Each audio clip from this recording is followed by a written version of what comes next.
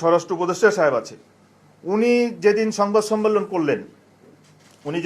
সম্মেলন করলেন মাওলানা মামুনুল হক সাহেব পাশে, জুনায়েদ আল হাবিব সাহেব পাশে, মাওলানা রবিউল হক সাহেব উনি সুরা ওই পন্থের, উনি বাম পাশে বসে এক কোনায়, কিন্তু কথা বলতেছে মামুনুল হক সাহেব। মামুনুল হক সাহেব তো তবলিগের কেউ না, আমরা তো দেখিনি কখনো মামুনুল হক সাহেবকে তবলিগে। এবং আপনারা সাংবাদিক ভাইরা কিছু প্রশ্ন করেছিলেন জনাব স্বরাষ্ট্র উপদেষ্টা সাহেবকে, তো উনি সরাসরি বলতেছে অবশ্যই ওনাদেরকে আইনের আওতায় আনতে হবে, আমার ভাইয়েরা মামলা করুক, আমরা অ্যাকশনে যাব। এরপরে সাংবাদিকটা বললেন যে সাতপন্থীরা ইস্তেমা করতে পারবে কিনা, বললেন যে আমার ভাই একটা ভালো পরামর্শ দিয়েছে। সব কথা আমার ভাই, সব কথায়। একজন সাংবাদিক ভাই প্রশ্ন করলেন যে এই অবস্থায় সরকারের অবস্থান কি। উনি একটা কথা বললেন সরকার, এরপর একটা কমা দিয়ে বললেন আমি বলবো আমার ভাইয়েরা আলোচনা করুক।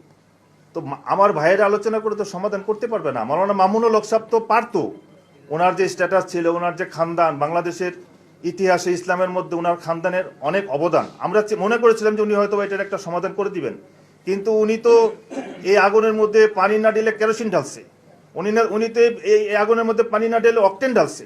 এখন উনি তো তৃতীয় পক্ষ, উনি তো আগুন কেন জ্বালায় রাখছে, উনি সমাধান কিভাবে করবে? জনাব বলে যে মহতারাম স্বরাষ্ট্র উপদেষ্টা সাহেব উনি ভাবছিলেন যে এটা মনে হয় খুব সামান্য একটা বিষয়। এটা দুইটা কারণ হইতে পারে। এটা হইতে পারে যে উনি এই ব্যাপারে উদাসীন, যে না এটা একটা সামান্য বিষয়, এটা সমাধান হয়ে যাবে। অথবা উনি ভাবছিলেন যে উনি ব্যস্ত অন্য কোনো কাজে, এই কাজে সময় দিতে পারেন নাই। কিন্তু এত বড় সংঘর্ষ, এত বড় মজমা আসতেছে, প্রায় 3 লক্ষ মজমা, এটা জনাব স্বরাষ্ট্র উপদেষ্টা সাহেব আগে থেকেই জানতেন। কিন্তু আমাদের কাছে কষ্ট লাগছে, এটা 13ই ডিসেম্বর আমাদের সাথীদের উপরে হামলা হইল, গাড়ি ভাঙচুর হইল। আমাদের জনাব রেজা আরিফ ভাই, আমাদের মহিবুল্লাহ ভাই, আতাউর রহমান ভাই, বশির শিকদার সাহেব ওই গাড়িতে ছিল। এবং আপনারা দেখছেন ওই ভিডিও, সন্ত্রাসী স্টাইলে গাড়ি জ্বালাই দিতে যাবে, কিন্তু আমাদের টঙ্গী ডিসি সাহেব এসে এই গাড়িকে বাঁচালো, গাড়ি ছেড়ে দিল। আমাদের বশির শিকদার সাহেব মারাত্মকভাবে আহত হলো। আমরা মামলা করলাম 15 জনের নামে, এই পর্যন্ত একজনও অ্যারেস্ট হয় নাই। আমরা মামলার এই ব্যাপারে কোনো অ্যাকশনও দেখি নাই। কিন্তু যখন এই 18 তারিখ ঘটনা ঘটলো, তো আমরা মামলা করতে গেলাম, আমাদের এক সাথী মারা গেছে বেলাল ভাই, আমরা মামলা করতে গেলাম, আমাদের মামলা নিল না।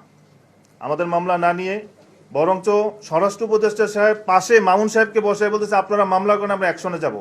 ওই দিন রাতেই মামলা হলো, আমাদের শীর্ষস্থানীয় মুরব্বীদের নামে মামলা করা হইলো, এবং মুফতি মুয়াজ বিন নূর অ্যাকশনও অ্যারেস্ট হয়ে গেল এবং ওনাকে রিমান্ডও দেওয়া হইলো। আমরা তবলিগের ইতিহাসে, বাংলাদেশের কথা বলছে, বাংলাদেশের তবলিগের ইতিহাসে দেখি নাই তবলিগ করার কারণে কোনো আলেম অ্যারেস্ট হয়েছে এবং রিমান্ড হয়েছে। স্বরাষ্ট্র উপদেষ্টা সাহেব তো শুধু হেফাজতের জন্য না, স্বরাষ্ট্র উপদেষ্টা সাহেব তো শুধু জুবাইরপন্থীদের জন্য না, উনি পুরা বাংলাদেশের সকলের জন্য স্বরাষ্ট্র উপদেষ্টা। উনি অভিভাবকের চেয়ারে বসে কিভাবে একটা পক্ষ নেয়? ওনার তো উচিত ছিল যে 2 ভাই মারামারি লাগছে, অভিভাবক এসে এখন মিলমিশ কিভাবে করা যায় ওইটার চেষ্টা করা। এই জন্য আমি মহতারাম ডক্টর ইউনূস সাহেব আছেন আমাদের, উনি এখন দেশের প্রধান এবং আল্লাহ তাআলা ওনাকে দেশের জনগণের খাদেম বানিয়েছেন। আমি ওনার কাছে দরখাস্ত এবং গুজারিশ এইটা, যা আপনি যেই ডিপার্টমেন্টকে দায়িত্ব দিয়েছেন ওনারা এটা ওনারা পারবে না, কারণ ওনারা একটা পক্ষ নিয়ে নিচ্ছে। এই জন্য আপনি দোনো পক্ষের শীর্ষস্থানীয় মুরব্বী যারা আছে ওনাদেরকে নিয়ে অতি সত্বর বসেন। আপনি যদি বসেন এই দোনো পক্ষের শীর্ষস্থানীয় মুরব্বীকে দিকে নিয়ে, এখানে তৃতীয় কোনো পক্ষ থাকবে না, এই সমস্যার অনেক সহজে সমাধান হয়ে যাবে।